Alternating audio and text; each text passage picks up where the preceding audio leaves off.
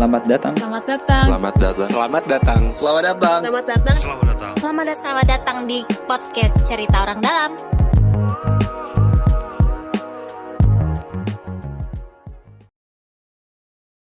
Ya, selamat datang di Cerita Orang Dalam. Selamat pagi, siang, sore, dan malam. Nah, hari ini kita balik lagi ya di podcast tersayang kita. Segmen khusus, bro. Segmen khusus. Kalau segmen khusus juga hostnya host khusus juga. Jadi host yang biasa-biasa itu, yang biasa ngisi podcast kita Kita cut dulu. Kita akuisisi dulu di Iya. segmen khusus ini, bincang tamu spesial. Iya. Disingkatnya BTS. Bro. Gitu. Aduh. Disingkatnya BTS. Jadi kita mau bahas apa nih, Pok, ini hari ini? Nah. Yang khusus ini kita mau bahas apa nih, Pok? Tamu spesial kita yang pertama kali ini itu ada Pak Ridwan Saidi.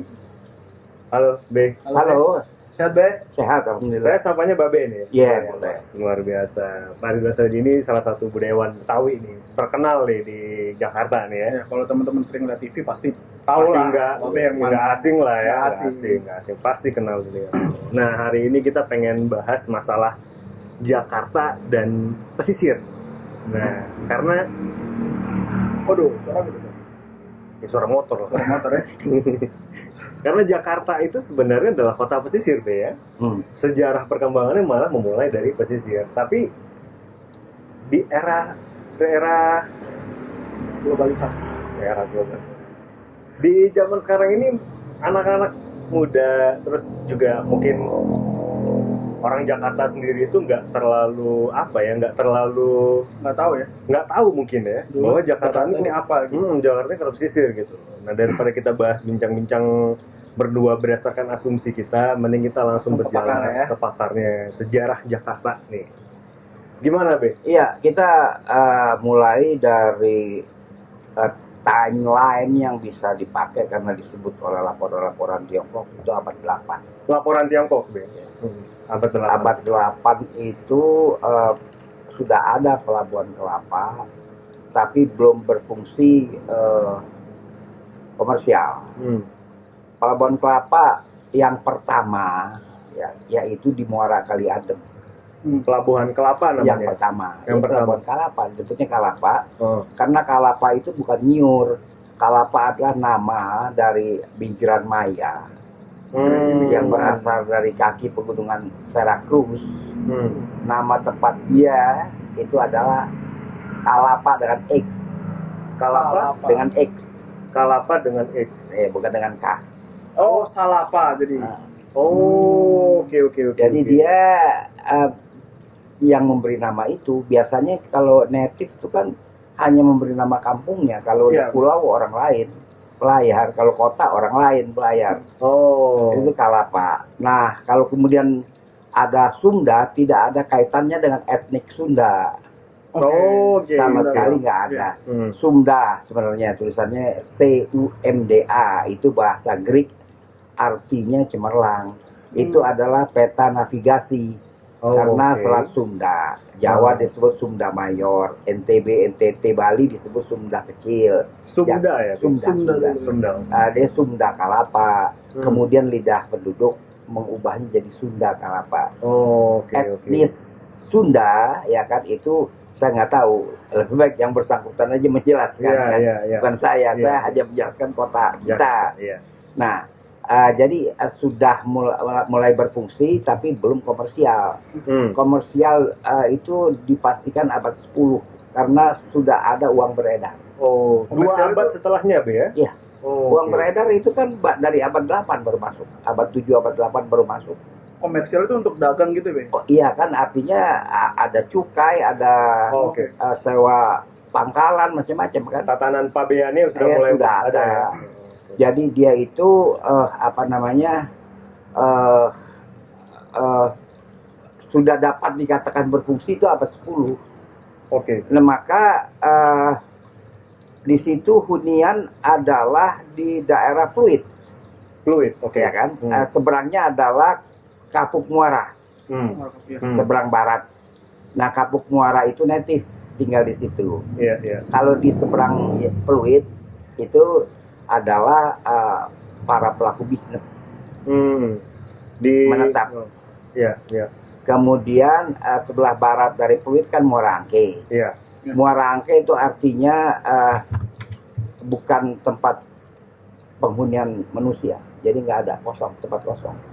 Zaman itu masih rawa-rawa gitu Air. atau? Iya, ada berair, tapi emang tidak dibenarkan untuk menempati Muara Angke. Oh, di abad Iya. ke-10 itu. Di abad 10 nggak boleh. Sampai dengan kemudian baru kan Muara Angke berpenghuni sekitar abad 19. Sebelumnya kan enggak. Daerah kosong gitu, itu namanya Muara Angke. Nah, jadi bagaimana organisasinya? Organisasi itu di mana-mana itu ada 3 tahapan organisasi. Iya. Pertama adalah kuasa adat. Iya, iya. Kuasa adat yang menentukan pemilikan tanah dan yang menentukan rayonisasi migran. Migran nggak boleh diusir dimanapun. Tapi dikelompokkan, diatur ya. Dikelompokkan. Iya. Nah, kemudian baru terbentuk di Sunda Kelapa itu Sah Bandar. Syah Bandar, oke. Sah Bandar. Syah Bandar. Kita emang nggak ada kerajaan, nggak ada kepulauannya. Iya, iya, iya. Jadi semuanya bisa diatur oleh kuasa adat dan Sah Bandar. Hmm. Kalau yang tercatat di dalam perjanjian dengan Portugis 21 Agustus 1521, Hmm. Sah Bandar yang menandatangani namanya Waitem. Hmm. Kalau kuasa adat namanya Mundari. Oh, oke, oke. Iya. Be, maaf Be, sebelum jauh nih. Tadi Babe nyebutin Pelabuhan Kalapa di abad 8 berdasarkan tulisan dari laporan Tiongkok. Tiongkok. Itu kegiatannya apa Be di situ? Iya, Sebelum masih- jadi komersil. Kalau sekarang istilahnya pelayaran pantai. Oh, penyeberangan. Ya, gitu itu ya. untuk keperluan nelayan dan sebagainya, nggak ada Oh, oke. komersial. Oke, oke. Belum ada kepabeannya, belum nggak ada ya. Nah, baru nanti setelah abad 10 dia komersial. Oh, oke, oke, oke. Dan Sah Bandar itu dipilih. Hmm. Sah Bandar itu dipilih oleh kita gunakan istilah Sarekat Dagang, Sarekat Dagang. Oke. Batum Kadin. Iya, iya, iya. Dia dipilih. Hmm. Jadi kita lihat itu pengorganisasiannya Sah Bandar, Hmm. kuasa adat, Iya. ya kan. Lalu ada Sarekat Dagang, Iya. lalu ada Gusti.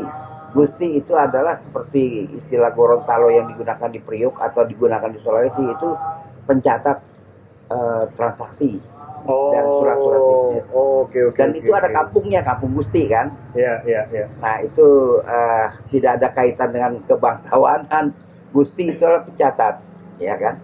Nah lalu dia ada pasukan. Kalau semua labuhan zona ekonomi itu punya pasukan. Kalau di sini namanya penyaringan atau kita bilang penjaringan. Nah itu nama kuno. Oh, jadi sebenarnya itu dulu nama kelompok pasukan Ya, yang tugasnya itu menjaga. seleksi kan kalau bahasa kita screening. Oh, Siapa yang iya. boleh masuk, siapa yang enggak. Pasukannya bukan pasukan Oh. dalam artian pasukan Oh dia perang berperang gitu ya? juga. Oh, berperang Kalau juga ya? diperlukan nanti kita cerita. Oke. Hmm. Oke, Dia oke. kemudian organisasinya itu ada penyaringan, ya kan. Lalu ada apa itu cukai, kita bilang bukan bea cukai, Iya, cukai, iya, cukai. ya kan? Cukai. Tukang pungut cukai itu Iya, ada. Iya, iya, iya. Nah itulah organisasinya. Hmm. Nah Sah Bandar itu hanya berdaulat di daerah Labuhan. Hmm. Labuhan Kalapa daerahnya mana? Kan itu Iya. kita dudukkan dulu. Iya, iya, iya. Daerah Labuhan Kalapa itu adalah Kali Adem, Muara Kali Adem. Kali Adem. Oke. Muara Kali Adem Heeh. itu di batas yang paling barat, batas yang paling timur adalah yang kita namakan daerah Yapat Emrat. Itu Lodan 234. Jalan Lapat Lodan 2. Emrat. Yafat Emrat. Yafat Emrat. Oke. Yapat itu adalah apa namanya rayonisasi untuk migran dari West Afrika. Oh, oke, oke, oke. Di situ Yafat Emrat, ya kan. Iya, iya. Itu kalau Labuhan Kelapa. Kalau pesisir batasnya dari Muara Kamal sampai Marunda. Marunda, iya, Ya, kan? panjang ya. Ya kalau Iya, pesisir, iya. kalau Labuhan Kelapa itu batasnya. Iya, iya. Nah ke selatan Mm-mm. Sunda Kelapa ke selatan itu batasnya adalah, kalau sekarang sih gampang, rel kereta api. Oke. Oke? Kereta yang di utara berarti. Rel kereta. yang di mana? Rel kereta api di selatan lah. Yang ada terowongan di Jalan Kakap itu kan. Oh, iya. Itu batas. Batas sebelum ada perubahan Sunda Kalapa. Iya, Oke? iya. Batasnya adalah itu. Oke? Jadi dia kegiatan tuh di Kali Adem. Iya. Ya kan? Kegiatan. Bukan di daerah Menara Syah Bandar sekarang. Iya. Karena Menara Syah Bandar itu baru 1540. Oke. Nah, masalah dengan Muara Kali Adem, masalahnya adalah rob. Sejak zaman itu, ya? Iya, Di abad 10 itu ya? Iya. Oke. Gangguan rob terus-menerus. Iya. Sehingga pengguna user dari pelabuhan antara lain kerajaan Sunda di Bogor, ya kan, Iya. merasa prihatin, lalu akhirnya minta mengimbau kalau bahasa sekarang Syah Bandar untuk memindahkan labuhan. Oke? Oke. Untuk memindahkan labuhan itu kan perlu investasi. Iya. Itu berangkatlah siapa itu Syah Bandar Waitem Mundari, dia kuasa adat tapi gelarnya Patih Mundari. Satu lagi adalah Samyam ini utusan Prabu Siliwangi. Nah, jadi ringkasnya terjadilah perundingan antara sebenarnya Pakuan, antara sebenarnya Syah Bandar Sunda Kalapa dengan Portugis yang di Malaka, sebenarnya itu. Oke. Nah, apa fungsi kerajaan Pakuan? Kalau bahasa sekarang avalis. Tahu kan avalis? Penjamin. Iya. Ya kan? Maka perjanjian ditandatangani 21 Agustus 1921. Iya. Ya kan? Itu adalah perjanjian internasional yang pertama yang dilakukan oleh Indonesia. Ada. Ya. Paling surat menyurat iya, tapi bukan perjanjian. Iya. Jadi itu investasi Portugis. Portugis membawa modal. Oke. Imbalan buat Portugis adalah dia memonopoli perdagangan lada. Di saat itu ya. Ya. Sebelum kita lanjut ke cerita timeline kita lanjutkan setelah perjanjian. Nah, kita lihat apa yang terjadi di Pulau Kelapa, ya kan? Banyak bangunan-bangunan, ya kan? Yang diklaim begitu saja sebagai bangunan Belanda itu salah karena arsitekturnya bukan dia. Portugis. Bukan Kaukasus, Kaukasia. Oke. Yang pertama yang dinamakan yang dinamakan Museum Bahari. Yang sekarang Museum Bahari ini ya. Museum Bahari itu ada sebelah belakangnya. Ada gudang kayu itu ya? Kalau gudang kayu itu baru 1540 dibangun, yang terbakar.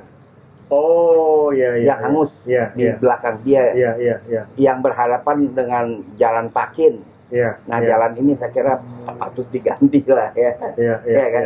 Jalan Pakin. Nah, itu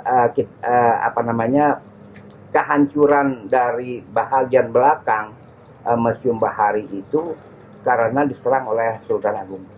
Oh, oke. Karena tentara Belanda tidur di situ. Jadi Belanda ini datang kan modal dengkul. Iya. Ya kan? Iya. Sedangkan orang kayak Peter Bowles aja yang tetesan kun tidurnya di Museum Bahari. Tentara di belakang itu, tentara company. Jadi nggak ada dia bangun apa-apa. Dia baru membangun 1670. Kita lanjutkan dulu cerita kita. Nah, yang dibangun itu oleh orang-orang Kaukasia adalah Museum Bahari, oke? Dan yang bagian belakangnya, bangunan lain belum ada. Termasuk menara itu belum ada ya? Belum ada, itu belum ada juga. 1540. Oke. Itu dibangun, itu mereka namakan Espiritu Pampa, tempat spiritual. Artinya apa tuh? Tempat spiritual. Tempat spiritual. Espiritu Pampa. Nah, itu satu. Ya kan, itu dia bangun itu. Yeah. Nah, baru kemudian setelah ada clash antara orang-orang Kaukasia yang ada di Museum Bahari ya dengan kelompok-kelompok yang lain. Yeah. Ada persoalan lah. Mereka tinggalkan itu. Lalu oleh Syah Bandar dikomersialkan jadi penginapan. Museum Bahari? Iya. Oh, oke. Jadi termasuk Yang pikun bayar di situ. Akhirnya. Yang iya, salah iya, Pak. iya, iya. Memang dia datang terus dia bangun building, kagak ada dia tidur di situ. Iya. Kan dia datang 1602 Belanda nih. Iya. Sampai dia proklamirkan, dia umumkan dia bikin VOC 1619. Iya. Ya kan? Iya. 17 tahun kan dia numpang-numpang. Lupa. Pindah-pindah. Bayar. Bayar. Oke. Ya. Nah, sekarang lalu masuk modal Portugis. Ya. Modal Portugis itu bikin apa dia? Pertama gudang lada itu kan. Iya. Ya, karena Gudang lada, lalu dan loji, nggak ada galangan kapal, nggak masuk di akal galangan kapal. Di situ galangan kapal tuh harus di pinggir sungai, selesai didorong. Iya. Dan galangan kapal masih ada di Kali Adem, Iya. bukan di situ di Jalan Kakap. Masa bagaimana cara ngegotongnya kan belum ada traktor, ya kan nggak masuk di akal. Nama galangan kapal tuh salah. Jadi itu dibangun, dia bangun loji. Gedong Panjang, ya kan, itu mestinya dikembalikan itu nama yang sekarang ada resto Raja Kuring ya. Gedong Panjang itu adalah loji yang dari utara selatan, yang barat timur juga loji, yang ke belakang baru gudang lada. Oke. Lalu di belakang gudang lada itu ada Port Jakarta. Port Jakarta itu dirubuhkan oleh oleh Pemda DKI.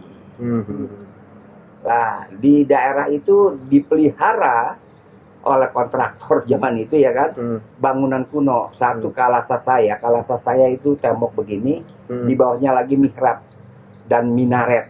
Nah, saya pernah saksikan minaret dan itu dirubuhkan oleh oknum Pemda DKI. Tahun berapa itu, Pak? Dia rubuhkan kira-kira bukan periode Pak Anies, periode sebelum itu. iya. Oke. Baru ini berarti BA di rumah. Baru saya masih menyimpan potret-potretnya. Oke. Dan bahkan di itu kan namanya Kali Besar Timur. Di Kali Besar Timur itu juga ada paket cukai. Iya. Cukai barang masuk bukan barang keluar. Iya. Paket cukai itu gambarnya pun saya ada. Oke. Itu dirubuhkan sama sekali. Lalu dipasang monumen yang nggak ada hubungannya dengan sejarah. Oke. Itulah kemudian ya kan kita lihat ada persaingan modal. Iya. Persaingan modal yang sangat tajam antara Turki dengan kelompok Zionis. Oke. Kelompok Turki itu di sini huniannya Beyos, stasiun kota. Itu hunian dia. Bay itu kan Pelabuhan ya. Bukan Bay, itu bukan Bay pelabuhan. Oke. Arifin Bay, Anwar Bay kan ada nama orang. Iya. Bay itu farm di Turki. Nah, dia di situ. Satu lagi Bir Ali, Bir apa itu adanya di seberang yang disebut galangan kapal. Itu hunian dia. Iya. Jadi di situ ada 3 hunian, ada Yapat dan orang-orang dari Afrika Barat lebih dulu sebelum Sunda Kalapak berfungsi komersial dia ada di situ. Iya. Kemudian dari Yapat menuju ke Ancol itu namanya Emrat. Oke. Ancol Bintang Mas depan pos polisi. Depan pos polisi itu nyebrang itu namanya Emrat, itu daerah. Oke. Nah, lantas orang-orang Zion itu tetap orang Kaukasia, cuma keyakinannya Zion.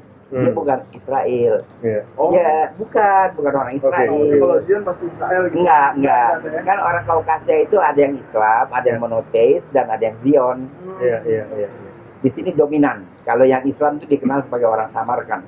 Nah, jadi dia tinggalnya itu kalau tahu gereja Zion di sekitar itu. Namanya kampung dia Siongka. Orang Betawi nggak bisa sebut Zion, disebut Siongka. K itu artinya hunian. Iya. Nah, itu kelompok-kelompok hunian. Yang lain-lain biasanya pada mondok di loji. Nah, makanya loji dibangun itu banyak-banyak gitu ya.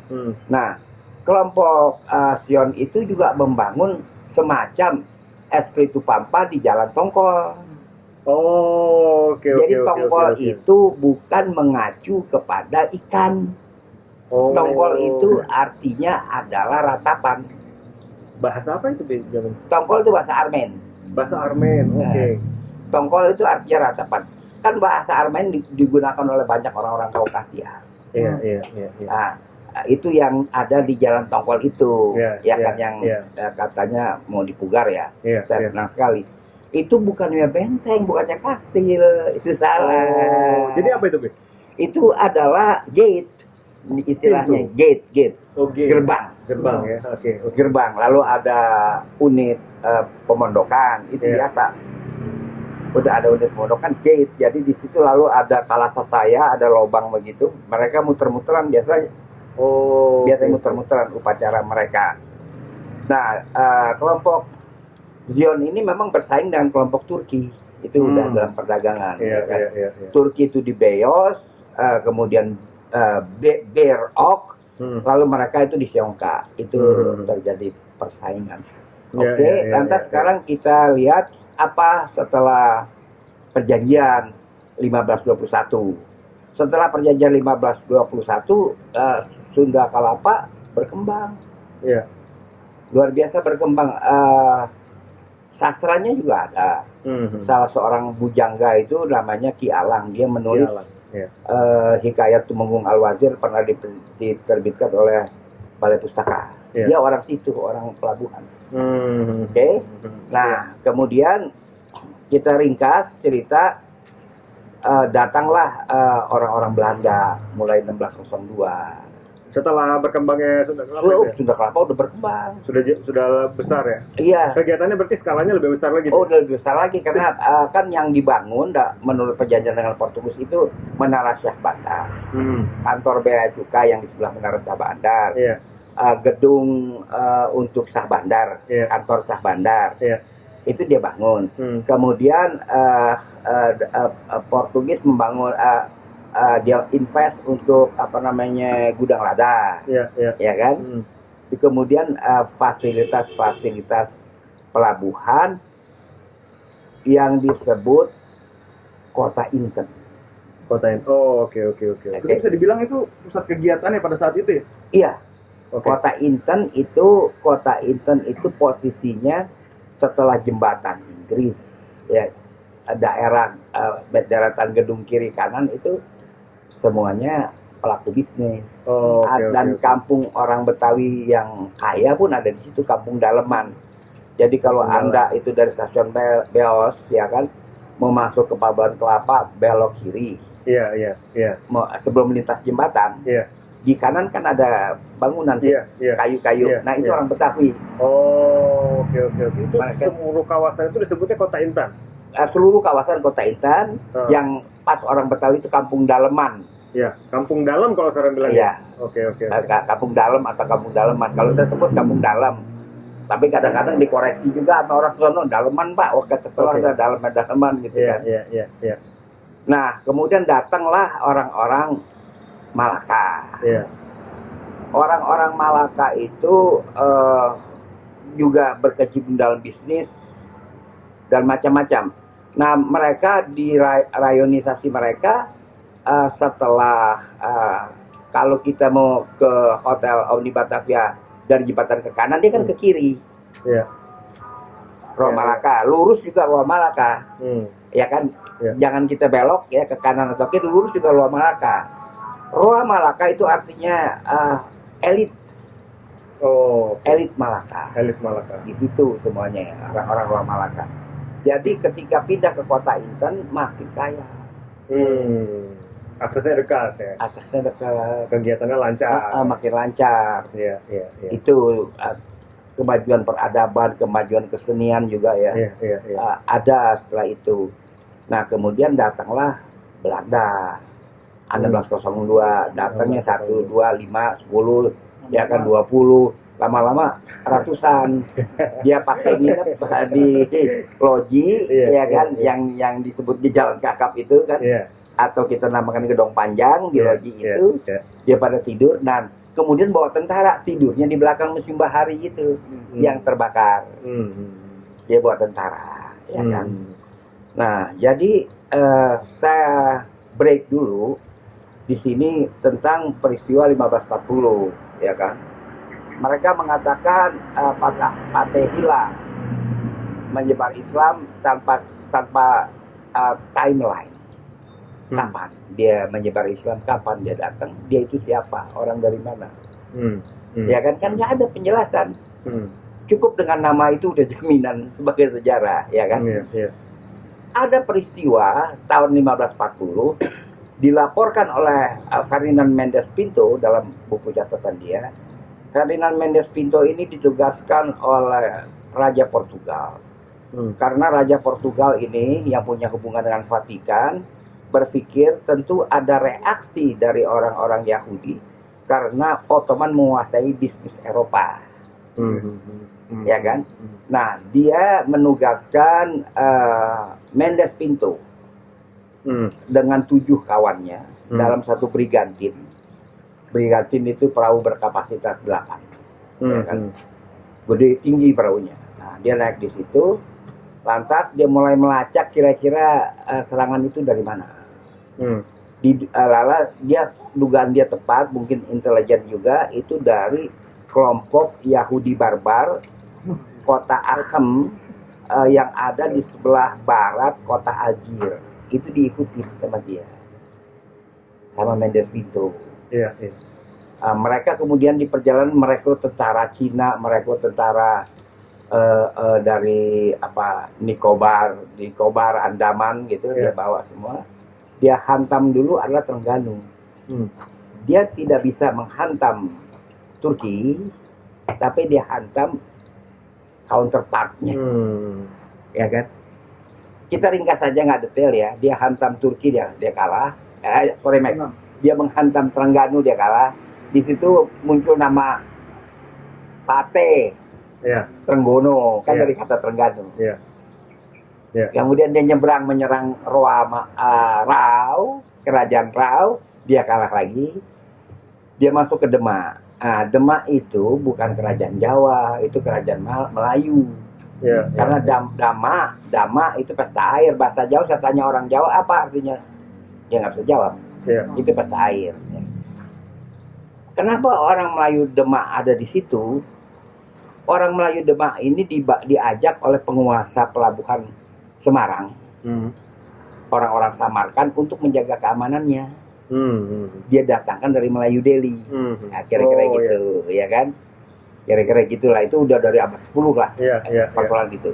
Nah, jadi ringkasnya orang-orang itu dalam bahasa common language di Arab itu, kalau orang Yahudi itu dibilangnya Pate. Nah, Pate ini menguasai base di Demak, membangun base di Demak itu 1539. 1540 dia menyerang Pasuruan. Zona ekonomi juga, kaya juga, luar biasa. Sekarang aja gedung-gedungnya masih ada. Oke. Dia kalah, dihancurkan oleh Pasuruan habis. Nah, yang sisa itu melakukan amok, menyerang Masjid Tegal Kalong di Sumedang dan menyerang Jakarta. 1540 tahunnya. Kerusuhan yang ada 1540, dan kalau dikaitkan dengan Patih Hilal, dia yang melakukan itu. Dan kalau dikaitkan dengan laporan dari Babat Cirebon, dia pulang dari Jakarta kan langsung dia mati. Oke? Nah, jadi 1540 itu buat kami nggak ada apa-apa kan, cuma ada dia ngebakar pasar pisang di Jalan Kunir. Itu juga namanya jangan diganti, itu udah jadi nama kota Praja itu. Pasar pisang. Disebut pisang karena orang-orang Amazon itu kan, mereka orang-orang Amazon cuma makan pisang. Jadi kalau ada kampung pisangan apa itu pasti orang dulunya adalah orang dari Amazon. Oke. Nah, sekarang tuh nggak ada masalah apa-apa setelah 1540 ya pulih ya kan, lalu diadakan perjanjian dengan orang-orang Kerajaan Mataram untuk memperkuat pertahanan, maka Mataram membangun kontingen pertahanan di sini. Lalu dia tidurnya di kampung yang sekarang disebut Kampung Jawa. Dia di situ. Jadi itu juga jangan diganti itu. Kampung Jawa, oke? Nah, sekarang kita masuk ke VOC 1602. Itu kemudian 16.010 Peter Bose yang masuk. Oke. Nah, Peter Bose sudah ada tentara. Dan dia juga sudah kerjasama dengan penyaringan itu ya. Oke. Oh, baru-baru dia gayanya itu gaya berteman. Oke. Bahkan dipinjemin senapan orang-orang penyaringan itu udah bersenjata. Sebelumnya belum ya, Pi? Enggak, kan sebelumnya golok. Oh, maksudnya senjata ini berarti senjata Dari api VOC. gitu ya? Senjata Iya, api gitu ya? Oh, oke. Sebelumnya masih tradisional ya, golok gitu-gitu Iya, ya? golok gitu. Jadi dia orang-orang penyaringan nih, orang Betawi udah bersenjata. Lalu ada laporan, ada orang membangun kemah di Pejagalan, itu nama lama. Pejagalan itu artinya lapangan. Sekarang tema lapangannya jadi arena bermain ya. Dia bilang dia pangeran Jayakarta, dia sebut dirinya kan. Orang ini datang dari arah barat, nggak diketahui datang dari barat, membangun kemah di situ. Lalu dia mengatakan tanah-tanah di Jakarta ini dia yang punya. Nah, dia didatengin sama Peter Bose, ya kan. Setelah didatengin sama Peter Bose, ya kan, besokannya dia diserang, dihabisin. Dia dihabisin, ya kan. Selesai gitu kan. Kalau ada yang anggap dia pahlawan, urusan dia lah. Ya kan. Saya nggak mau pusing, tapi saya pegang timeline sejarah saja. Dia diserang. Nah, kemudian barulah setelah Peter Bose datang, akhirnya Jan Pieterszoon pun datang kan. Nah, itu waktu Sah Bandar sudah Arya Rana Manggala yang diklaim sebagai orang Banten. Bukan. Arya Rana Manggala ini adalah Kaukasia Arya. Kalau orang Arya, kalau orang perbatasan Kaukasia dengan India Utara, itu dia pakai nama Arya Rana Manggala. Rana itu artinya rabi. Oke. Pendeta Yahudi. Tapi dia bukan orang Israel. Rana Manggala itu artinya kalung rantai yang dipakai oleh rabi, yang jadi sekarang Manggala Wana Bakti. Saya heran dia pengutu perkataan dari mana. Ya kan? Nah, itu dia Arya Rana Manggala ini hubungannya bagus dengan pendiri VOC kan. Jadi begini, VOC itu kan bukan kerajaan Belanda yang bikin, tapi yang bikin oleh City of London. City of London adalah kelompok Yahudi yang kaya-kaya, ya kan. Mereka yang tunjuk Heren van Seventeen, artinya komisaris, lalu mereka yang tunjuk gubernur jenderal. Tapi bukan kerajaan Belanda. Jadi waktu Pieterszoon, siapa itu, Jan Pieterszoon pun mau marah-marah, kagak bisa. Ada di bukunya Van der Zee kan, Stad van Koen namanya. Jadi marah-marah dari mana? Ini juga orang Yahudi, punya network. Jadi terjadilah perundingan. Ya kan? Kamu tidak boleh membangun apapun di daerah area Sunda Kelapa. Kamu tidak boleh membangun apapun di daerah yang namanya sekarang yang namanya adalah Rasulullah. Apa sih saya sebut tadi itu?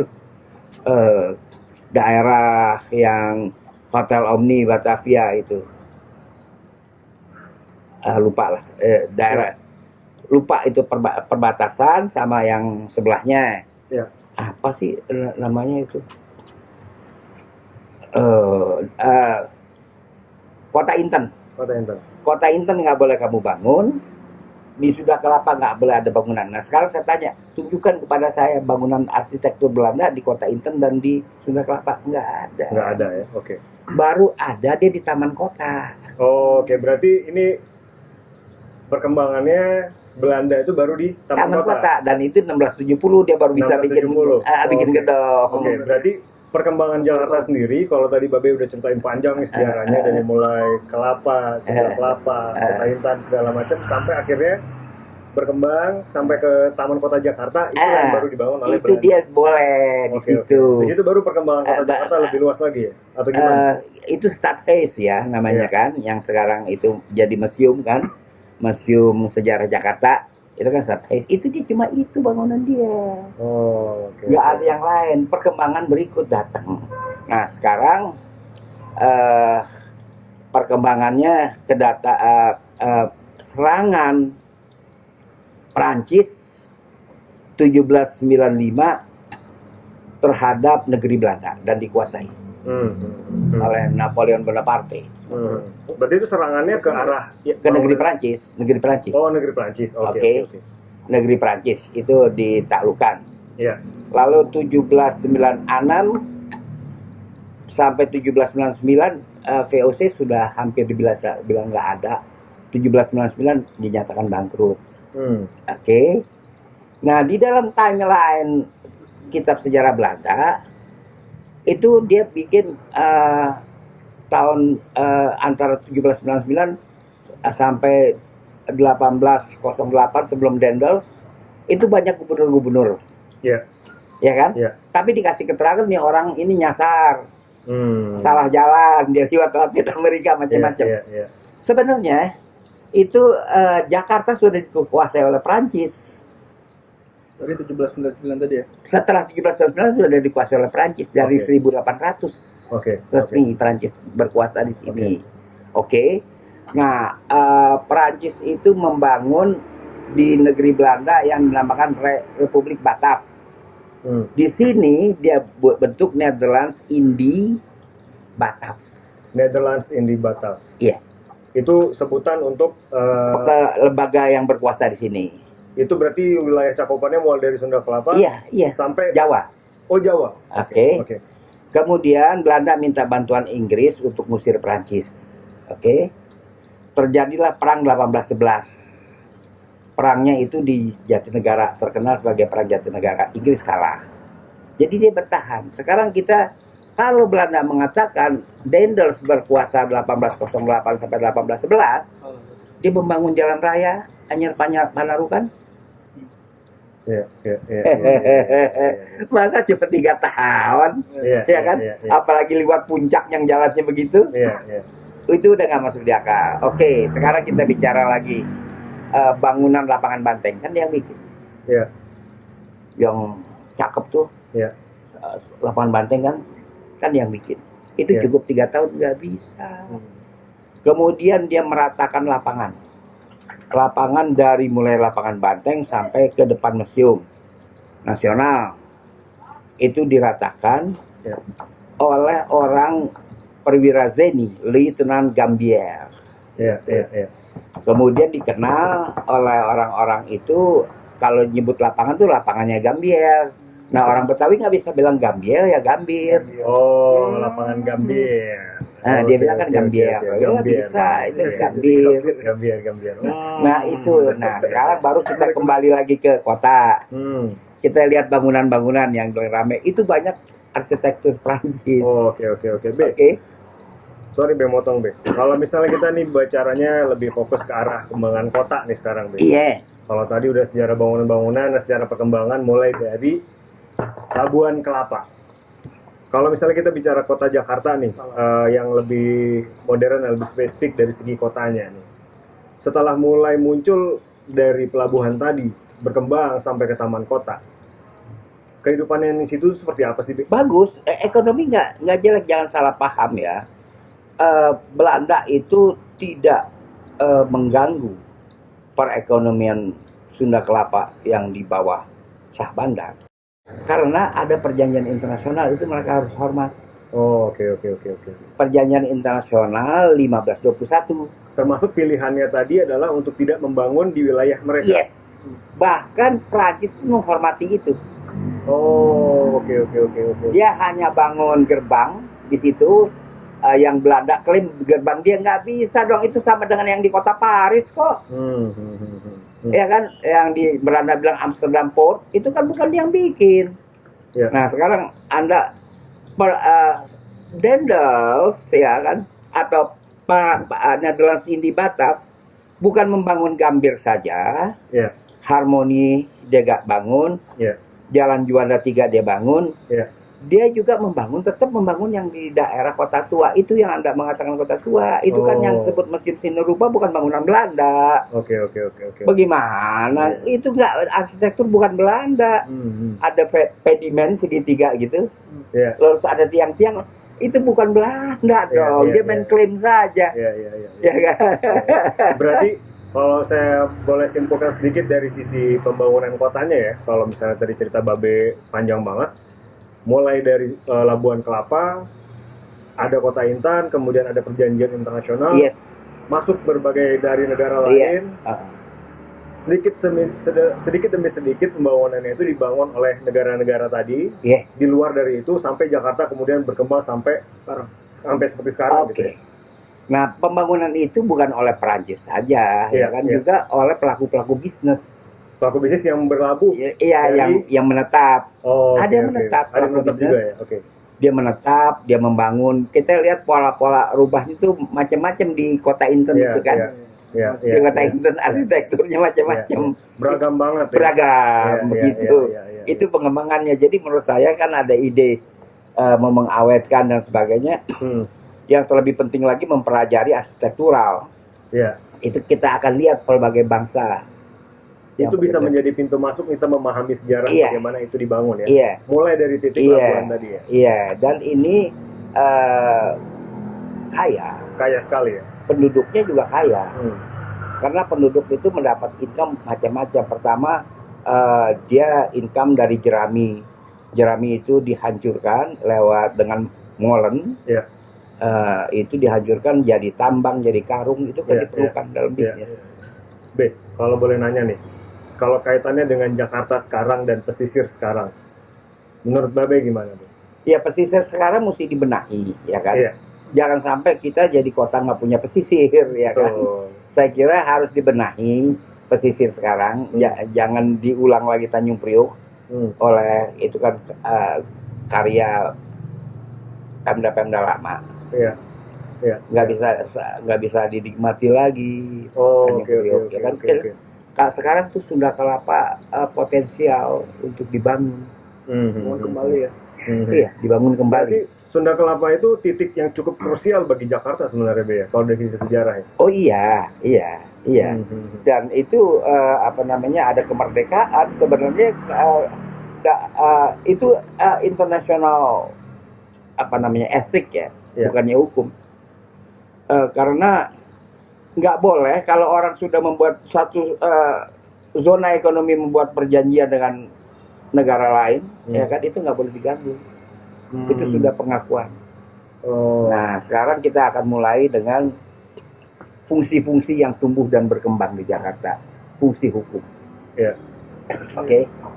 Itu jalan tiang bendera jangan diganti. Bendera itu menyimbolkan hukum Iya. tegak. Jadi ganti. Disitulah praktek-praktek hukum dilaksanakan.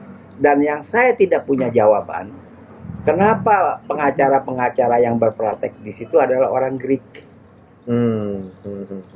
Mungkin dia orang Greek Yunani.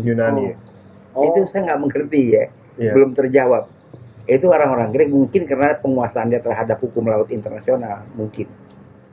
Nah itu jangan diganti nama jalannya. Jalan Kopi juga nggak perlu diganti karena ada prasasti kopi. Ya kan nanti susah kalau diganti nama jadi pakai nama orang ya. Iya. Itu kaitannya juga dengan bahan perdagangan pada saat itu ya. Iya. Kan jalan kopi namanya. Komoditas maksudnya. Komoditasnya, iya. Itu jangan diganti. Jalan kopi, ya kan. Banyak yang kita harus berpikir yang rapi ya untuk mengganti nama jalan itu. Kalau tokoh-tokoh di sini ya kan, itu Mundari karena dia kuasa adat yang tertulis ada namanya. Kita nggak bisa mengarang-arang. Iya kan? Ada dalam perjanjian dengan Portugis nama dia ada, Mundari.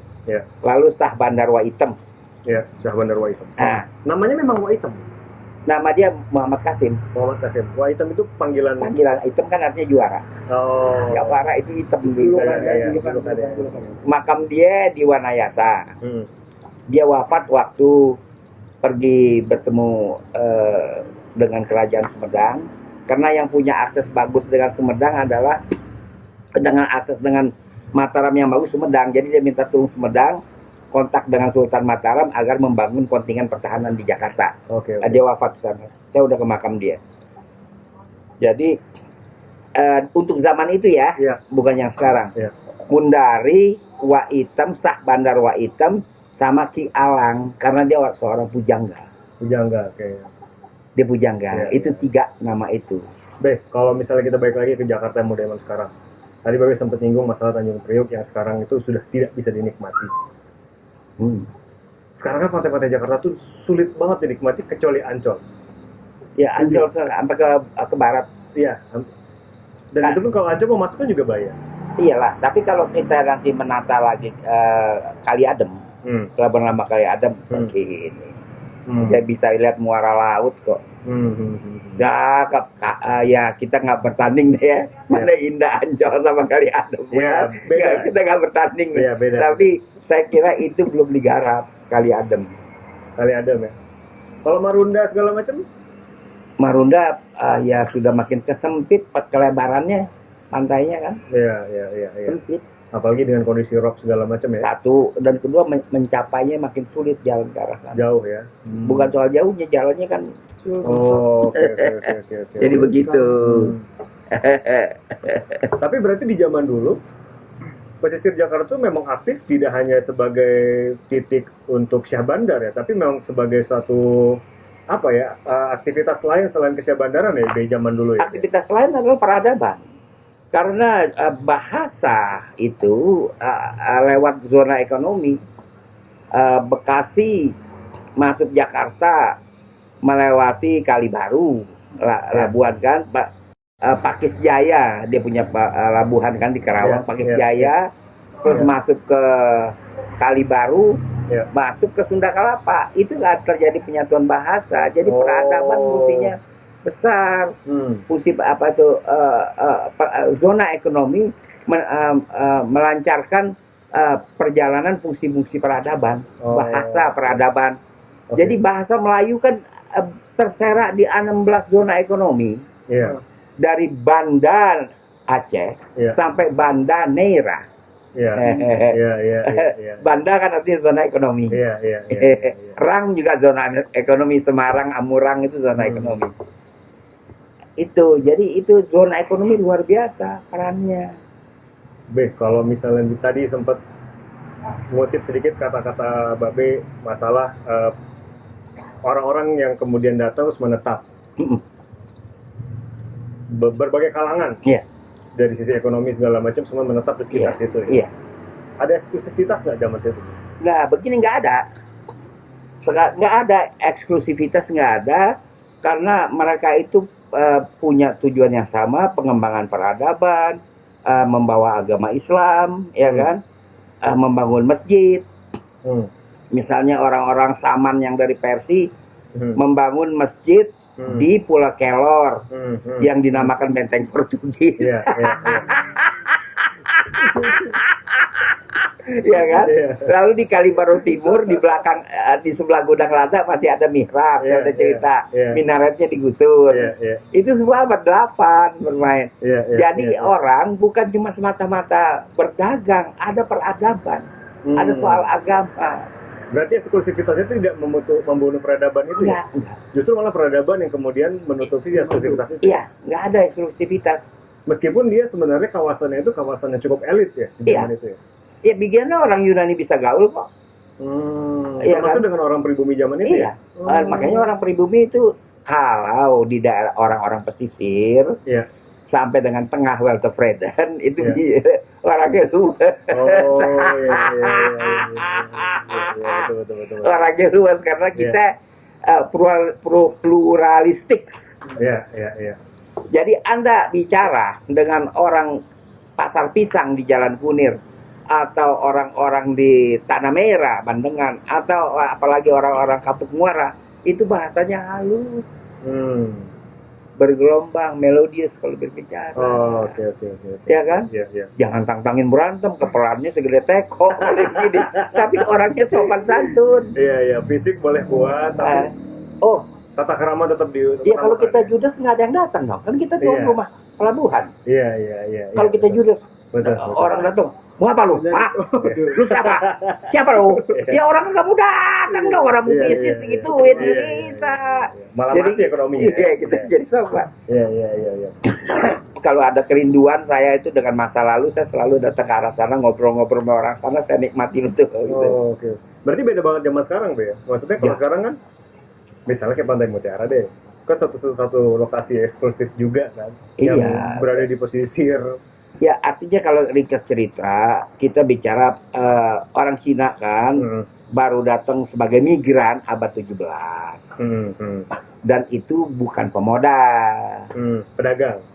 Bukan juga dia ngorek kuping orang, servis-servis seperti itu, kerokan, kan? Gunting rambut, dan dia berkeliling menawarkan jasanya. Baru nanti abad 19 setengah baru ada pemodal yang datang ke Indonesia, sebelumnya nggak ada. Jadi kalau dibilang peradaban Betawi kecampur Cina, enggak. Nggak kecampur sih. Kalau dibilang kan matanya sipit, orang Indian matanya sipit. Yuk pergi aja ke daerah Tanah Merah, Bandengan itu kan masih banyak wajah-wajah dari Maya. Itu. Berarti kalau zaman dulu pembangunan pelabuhan itu memang lebih ke arah membuka pintu untuk akses dari siapapun boleh datang untuk melakukan kegiatan ekonomi ya. Pendatang nggak boleh diusir. Itu adat Indonesia. Bukan Jakarta doang. Nggak boleh. Rayonisasi itu tugas dari kuasa adat. Di mana ditempatkan itu. Seperti orang Filipin Papango kan, ditempatkan di Papango sana Priok gitu kan, itu kuasa adat. Tapi kalau Babe sendiri melihat pantai-pantai yang eksklusif sekarang di Jakarta nih, kan sebenarnya sayang banget ya. Kalau misalnya kita ngelihat dari sejarah Babe tadi kan, apalagi tadi Babe bilang kalau misalnya pendatang nggak boleh diusir, artinya terbuka banget. Termasuk kita kemudian sendiri untuk bisa menikmati pesisir itu juga terbuka banget gitu. Sekarang kan sudah mulai tertutup nih. Terlepas dari bagaimana kemudian sekarang ini itu berkaitan dengan kewenangan di wilayah itu gitu ya. Kayak misalnya kayak tadi Pantai Mutiara, mungkin itu memang ada apa ya, istilahnya kewenangan dari mereka karena mereka mengembangkan sendiri. Itu sekarang juga ada reklamasi pembangunan gitu-gitu pulau gitu. Iya. Ya. Itu gimana kalau Babe melihatnya? Iya, kalau reklamasi dalam arti pelebaran pantai kan, bukan bikin pulau di laut kan. Pelebaran pantai oke, ya kan. Tapi jangan mengandal kepada Ancol saja, yang potensial adalah Kali Adem kita garap. Oke. Cakep. Cakep Kali Adem. Belum digarap. Kita masih banyak punya potensi di Jakarta. Kemudian situs-situs kan belum dirapikan. Katakanlah belum diurus. Yang di Jalan Tongkol itu. Banyak banget berarti ya. Ya, karena sejatinya itu ya, kawasan pesisir ini memang dari dulunya juga menjadi pusat kegiatan ekonomi gitu ya, bisa dibilang kayak gitu. Tapi kalau zaman sekarang kan kelihatannya ya kalau di Jakarta bergeser nih Be, lebih ke pusat kota ya Pak Oki ya. Jadi memang seharusnya kawasan pesisir ini memang ditata kembali gitu Be. Harus. Jadi begini ya, kan kalau garis uang ya kan, money line itu nggak bergeser dari garis dari kota masuk Welke Fred dan Jalan Tamrin sampai Patung Pemuda, Jalan Sudirman, nggak lewat lagi, ya kan? Mau dibelokin ke Tamrin City aja nggak berhasil sampai sekarang. Faktanya begitu ya, faktanya. Itu susah kita mau mengerti, mau melihat dari disiplin ilmu apa tentang money line itu. Ya kan? Masih itu aja. Nggak bisa berubah. Dibelokin juga dia ogah kok. Iya kan? Dibelokin dia ogah. Itu saya nggak mengerti itu. Dan itulah menurut hemat saya Pelabuhan Sunda Kelapa yang ketiga itu yang di Jalan Lodan itu dibangun oleh Hindia Belanda abad 19. Tapi di situ ditulis 1527. Saya tuh Kayaknya kagak. jauh banget ya. Iya, itu kan ahli-ahli zaman Gubernur Ali Sadikin dan terus sampai sebelumnya Pak Anies itu nggak tahu ahli apaan. Iya, iya, iya. Iya kan nggak ada dasarnya. Uang dibangun abad 19 dibilang 1527. Baik, tapi kalau misalnya bicara zaman dulu nih, semua pedagang datang atau yang berkegiatan ekonomi melalui pelabuhan itu datang gitu. Ada ini nggak sih kayak apa ya bilangnya? Mungkin apa ya sumbangsi gitu terhadap mungkin pembangunan atau kepada masyarakat Enggak, mereka lokalnya kan gitu. sudah bayar pajak. Oh berarti sumbangsinya lebih ke pajak Iya, gitu. pajak kan Bukan- sudah ada pungutan-pungutan. Bukan trade kayak misalnya lahan yang mana dibangun. Oh enggak, lahan itu milik kuasa adat. Hatta Oh, VOC harus ngomong dengan kuasa adat. Hmm. Dimanapun dia, saya bukan bilang Jakarta aja. Iya, iya, iya, iya, iya. Oke. Nggak bisa Berarti sembarangan. Ya. sebenarnya mirip kayak zaman sekarang Be, kalau misalnya dikaitin sedikit ya sama apa namanya, ya kan banyak nih kawan kawasan eksklusif pengembang lah sekarang yang kemudian apa ya mungkin tatarannya beda, tapi kalau menurut pendapat Babe nih, katakanlah pengembang itu sekarang disebut sebagai apa ya orang yang berkegiatan di pesisir-pesisir gitu, kemudian dia memberikan sesuatu timbal balik terhadap apa yang dia dapat dari situ. Lahan-lahan Mestinya, kontribusi. tapi dia kan mereka nggak punya konsep. Konsep ya. Konsepnya kagak ada. Ya kalau dia ada konsep tentu dia bisa melakukannya. Konsepnya apa? Tapi mungkin konsepnya ini ya, konsep yang berkembang saat ini gitu loh. Dia Misalnya kayak tidak bisa keluar dari pariwisata. iya, Nggak bisa. semuanya pasti terkungkung di situ ya. Tetap di itu, gitu. Tetap Hmm. pariwisata, nggak bisa keluar dari situ. Susah. Tapi kalau menurut Babe sebenarnya kalau misalnya dengan pola yang seperti itu bagaimana? Pola apa? Maksudnya kayak misalnya ada pengembang mau bangun di wilayah mana, terus dia atas dasar itu kemudian dia memberikan kontribusi bisa membangun wilayah lain, terutama di wilayah pesisir gitu. Ya bagus kalau dia pertahankan wilayah pesisir. Oh, sejarahnya tadi nilai segala macam ya. Iya. Harus dong, kita mesti ada aset peradaban. Masa semuanya dihilangkan? Atau semua dimodernisasi gitu. Ya jangan. nggak bisa dong. Biar aja Menara Syah Bandar ada tuh saksi. Kalau kita peradaban kita ini tidak ditata dengan benar kan nggak bisa diwariskan kepada generasi pelanjut. Tapi kan kemudian kalau misalnya semuanya mau melakukan hal seperti itu, artinya pesisir kan menjadi eksklusif nih sekarang itu, dicaplok gitu. Iya jangan sampai begitu ya, nggak boleh dibiarkan. Memang terutama yang masih belum ditata itu Iya, Kamal Muara itu. Kamal Muara ya. Belum ditata. Iya. Kamal Muara. Kalau sejarah Kamal Muara sendiri bagaimana, Bi? Kamal Muara itu sebenarnya itu kan Kamal itu kan artinya tanah lembab. Tanah lembab. Jadi sebenarnya bukan pelabuhan utama. Oh, tapi sudah ada sejak berdampingan Udah dengan Pelabuhan Kelapa ya? ada untuk pelayaran pantai istilahnya kan, orang-orang dari nyebrang, Kamal, orang-orang Tangerang ke Jakarta. Jangan salah, orang-orang Tangerang, orang-orang Bekasi berbahasa Melayu Betawi itu kan karena hubungan perdagangan. Bahasa pembukaannya. Iya karena orientasi dagang dia ke sini, bukan ke Banten, ke sini. Oh, selain Kamal Muara, mana lagi ya, Be? Yang mungkin berdampingan pada saat itu? Ada Dadap, tapi kan Dadap udah Tangerang. Oh, ya karena perbatasan tipis ya. Oh, oke. Dadap, Kamal Muara, gitu. Kalau wilayah-wilayah kayak dekat-dekat Bekasi gitu, Marunda nggak termasuk. Bekasi pelabuhannya mana ya? Pelabuhannya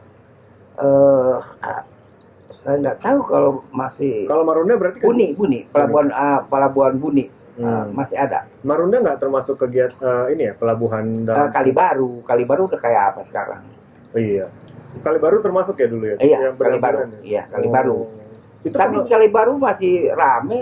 iya, masih ramai. Kapal Ya. nelayan. Iya, maksudnya dulu berarti kekuasaan Siapa gitu? bukan. Ya, Syah Bandar itu kan dulu masih di Labuan. Dia nggak megang Priok. Oke. Priok itu kuasa adat. Oh, kuasa adat ya. Iya, karena pelabuhannya kan tidak komersial. Pelabuhan Tanjung Priok kan baru akhir abad 18 menjelang VOC rubuh. Oke. Iya kan? Pelabuhan Sampur itu kan pelabuhan pelayaran pantai. Kali Baru pelayaran pantai. Tapi mereka berdampingan ya, maksudnya tidak saling mengambil wilayah kewenangannya Enggak. apa gitu ya. Kali Tirem kan dia ada Kali Tirem, Kali Baru, Sampur. Dia ada 3, tapi itu kan bukan komersial. Bukan komersial. Berarti pusat komersial Di Kalapa. Kalapa itu titiknya semua Iya. maksudnya. Tapi kalau dari negara-negara lain mau berdagang lewat Kamal Muara, lewat Kali Enggak Baru, ada soal. nggak ada masalah. Enggak, tapi dia buat apa? Bawa barang ke situ. Oh. Karena pasar kan di Glodok, di kota. Oh, kan ini berkaitan dengan pasar kemudian ya, Be, ya. Iya. Karena waktu itu mungkin transportasi atau apa masih sulit ya. Jadi mungkin lebih Iya, dekat kan? ya. Oh. Pelabuhan dengan pasar. Apa sih sebenarnya, Be, pertimbangannya dulu dipilih Labuan? Kalapa, sorry. Kelapa Iya. dijadikan pelabuhan komersial. Iya. Teluk, Oh, oke. Teluk begitu kan. Baru Kali Adem. Teluk. Iya. Gitu. Oh, berarti dari sejarah itu kita bisa melihat bagaimana kemudian Jakarta berkembang dari Iya. Labuan, dari Kalapa. Iya. Sebenarnya juga masih ada pelabuhan-pelabuhan lain ya, Iya. tapi memang komersil sejak zaman dulu memang Kalapa. Kalapa. Iya. Yang itu kemudian menjadi titik Iya. berkembang Jakarta dibangun oleh negara-negara mana yang berkuasa saat Iya. itu ya. Betul. Oh, oke. Jadi Belanda kan baru bangun Tanjung Priok akhir abad 18. Ya. Kemudian dia bangun pelabuhan di Jalan Rodan itu kan baru awal 19. Ya. Dia nggak bisa gunakan, manfaatkan atau gusur Ya, otonomi ya. Sunda Kelapa, nggak bisa. Be, kalau misalnya nih sedikit nanya nih di luar dari masalah pesisir ya. Penamaan lokasi Jakarta zaman itu memang berkaitan dengan kegiatan. Semuanya saat itu? berkaitan. Berkaitan dengan kegiatan atau berkaitan dengan kondisi? Maksudnya Dua-duanya. dua-duanya. Iya, toponim ya dua-duanya, aktivitas maksudnya kan. Iya, Iya, berkaitan dengan aktivitas. Berkaitan. Seperti kongsi besar, bukannya bahasa Cina. Ya kita kan dikit-dikit bahasa Cina, bukan kongsi, itu bahasa Melayu lama. Orang Malaysia aja bilang persekutuan masih kongsi. Iya. Kongsi itu perseroan, kongsi besar, perseroan besar. Iya. Kita capek kadang-kadang di Indonesia ini kalau ngomong sama orang, itu Cina dari mana? Kita bukan ada rasa. Ini masalah linguistik ya, Iya. bukan masalah politik ya saya bicara. Iya. Nggak ada. Itu kongsi besar di situ. Di kongsi besar kan pasar yang besar, pasar yang ramai. Jadi kalau jauh dari pasar gimana? Kalau dia turunkan baraknya di Kali Baru atau di Kali Tirem, masalah. Jadi dia harus turunkan di Sunda Kelapa. Dan istimewanya pelabuhan Kalapa sehingga pelabuhan Pontang itu kalah. Pertama, dia fasilitas penginapan, loji. Yang kedua, dan ini sebenarnya yang penting, dia itu di muara itu banyak sekali batu colang-caling. Ya. Batu colang-caling itu kalau kena sinar rembulan menyala. Jadi kalau kapal merapat malam ke sini nggak terganggu. Itu orang senangnya. Tapi kayaknya batu colang-calingnya udah habis diambilin orang. Be, kalau misalnya nih Babe punya ide nih dari pengalaman atau pengetahuan sejarah Babe yang cukup lama nih, lokasi-lokasi pesisir Jakarta yang potensial untuk dikembangkan. Oh banyak. Apa aja, Be? Pertama, kalau saya favorit saya Kali Adem. Kali Adem. Itu favorit. Yang kemudian yang juga favorit itu daerah sebenarnya seperti Bandengan. Bandengan, oke. Daerah Bandengan itu favorit ditata, lagi nggak usah digusur, dia udah berabad-abad di situ.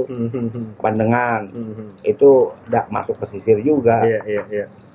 Kemudian Teluk Gong itu hubungannya dengan Tangerang, dan Teluk Gong namanya jangan diganti karena itu di Teluk itu ada pemakaman wanita Peru.